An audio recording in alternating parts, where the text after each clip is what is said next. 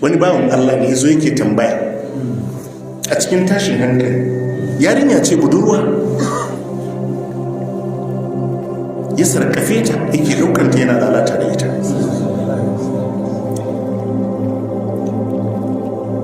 Randa abin ya faru ya ɗauke ta ya fita da ita, tana gidan iyayenta, ya fita da ita ya je yi lalatansa da ita, ya ɗauki kuɗi ya bata ya dawo da ita nan gefen anguwansu ya sauke ta.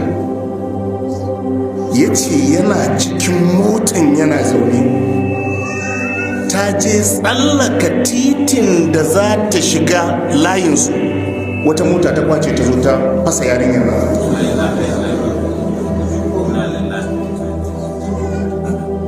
Anan aka zo aka ɗauki gawanta, shi da kansa yake cewa magana ɗaya biyu sai ce na shiga uku. Yarinyar nan ta mutu da janaban zina a jikinta.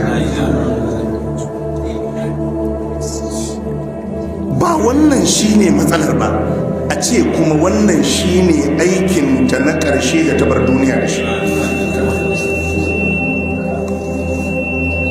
A ce mutum ya zo duniya last abin da zai yi ya yi bankwana da duniya a ce zinari. Ya zalunci kansa, shi tuma ya zalunce ta.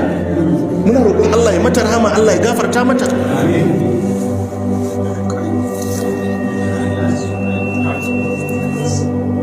To sun san wannan abin zai faru a wannan lokacin? Ba sani ba. Ba sani ba. Ba sani ba. Ta saba in ta fito ta zo ta tafi gida abinta. Ashe yau ba za ta isa gida ba. Allah mai rahama ne mai jin kai, zai iya yafe mishi, zai iya yafe mata, kuma muna roƙon Allah ya yafe musu. Amma dai abin ai bai kyau ba.